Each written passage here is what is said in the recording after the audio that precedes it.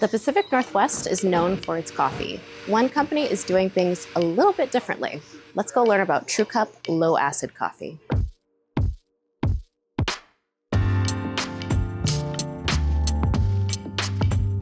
Meet RJ, the managing partner of Trücup Coffee. RJ, what makes Trücup different? Hi, Angela.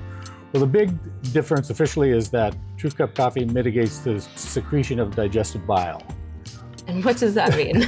Well, the bottom line is that we have 60% less acid than other leading brands, making it a friendlier cup of coffee. So is it kind of like decaf? So Angela, that's a great question. We use, the process is very much like decaffeination. We use specific settings of temperature, water and steam to remove the harmful acids. But this process also leaves all of the body, flavor, aroma, and caffeine. So same premium taste, but low acid. That's exactly right. Let's go talk to Matt and see how we do it. Okay, Matt, what's the secret to a great cup of coffee? Yeah, the secret to a great cup of coffee is working with premium beans. That's why all the farms we source with are known for producing high-end specialty. I assume it also has to do with the roasting process as well? Yeah, absolutely. You want to check it out? Let's do it. So the first thing you'll notice is our green beans tumbling in our drum in here. And a lot of people think that it's a lot like a washing machine, that the coffee would just tumble and roll around in the drum itself. And that's not the case. This drum itself is baffled and then also segmented. And so the journey the coffee takes in the drum, it needs to be very specific. And so this machine is set up is that we can see we have the drum spinning clockwise. Down here in the lower left segment of the drum, the beans pile together in what we call the bean pile. And that's where we take our information reading, our temperature readings from the pile itself. When the beans travel around up here and hit their apex and come around, they actually split and free fall. We want that separation to occur because then we can hit each individual bean with really even convection heat or convection energy.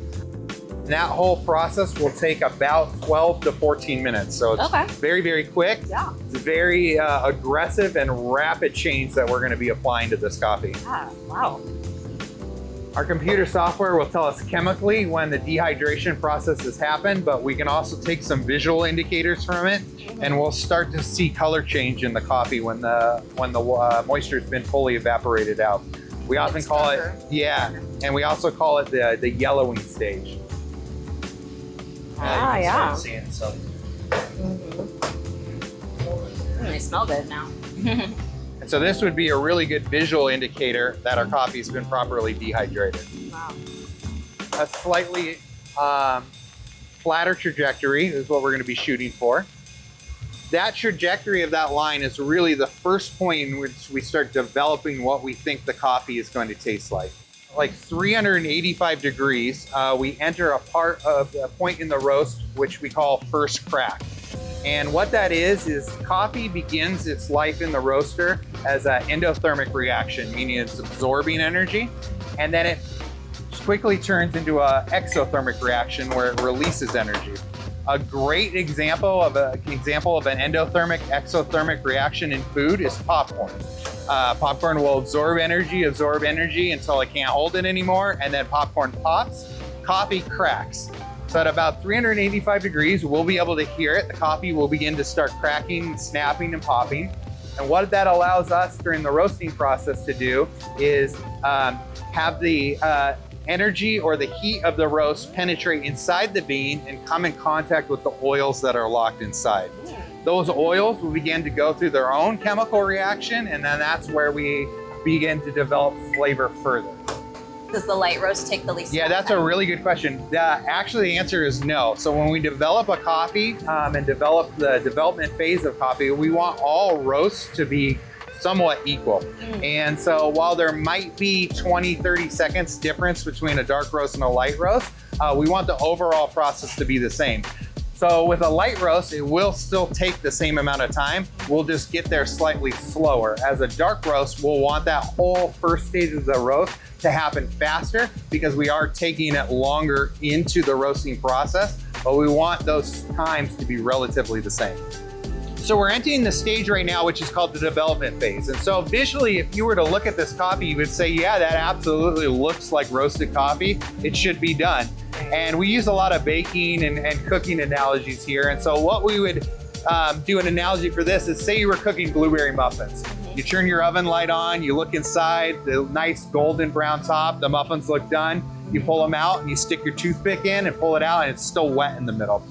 Coffee, fairly similar. The interior of the coffee is not developed. And so we want to make sure that we hit proper development so that the inside of that coffee bean or the oils really have been fully developed and go through the reaction and build the flavors that we desire. You can see it's getting into our dark phase here.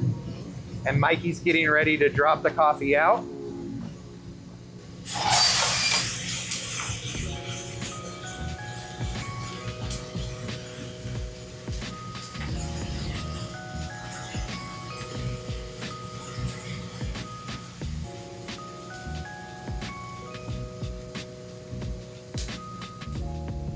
And you can hear that snapping and cracking. Yeah. That's actually a second exothermic reaction, which we call second crack, where the beans end up splitting a second time.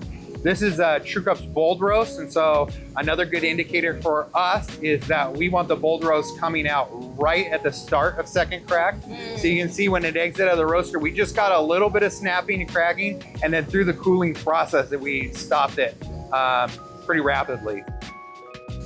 So how long is this process? Yeah, so this is actually the last stage of the roasting process is the cooling period and the coffee resting. And so a lot like cooking a steak, when you're done with your steak, you put it on the countertop, you have to let it rest to finish. Coffee's very similar, and that process will happen here in the cooling system. This will be cooled to the touch within about 3 minutes and then run through our system to allow the coffee to degas. Coffee needs to sit after it's been roasted for about 24 hours. It'll off-gas twice its weight in CO2 in the first 24 hours. So this right here is probably about a 35-pound batch. So about 70 pounds of CO2 will release off the coffee over the next 24 hours.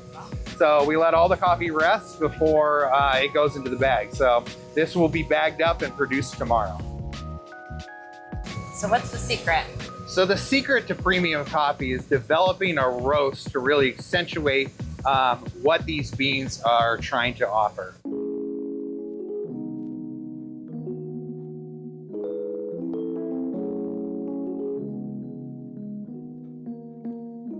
So we've gone from green coffee to roasted coffee, and now it's time for my favorite, drinking coffee.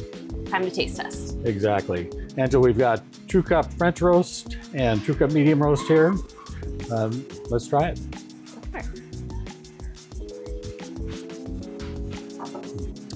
Delicious. And that's the beauty of Trücup, that because it's 60% less acid than your regular cup of coffee, you can have 2 cups. Perfect. Where can people try it? They can go to our website, www.trucupcoffee.com, and we offer samples of every format. Great, delicious. Well, thank you for showing us the process of how it's made. I'm Angela. Thank you for exploring. I'll see ya.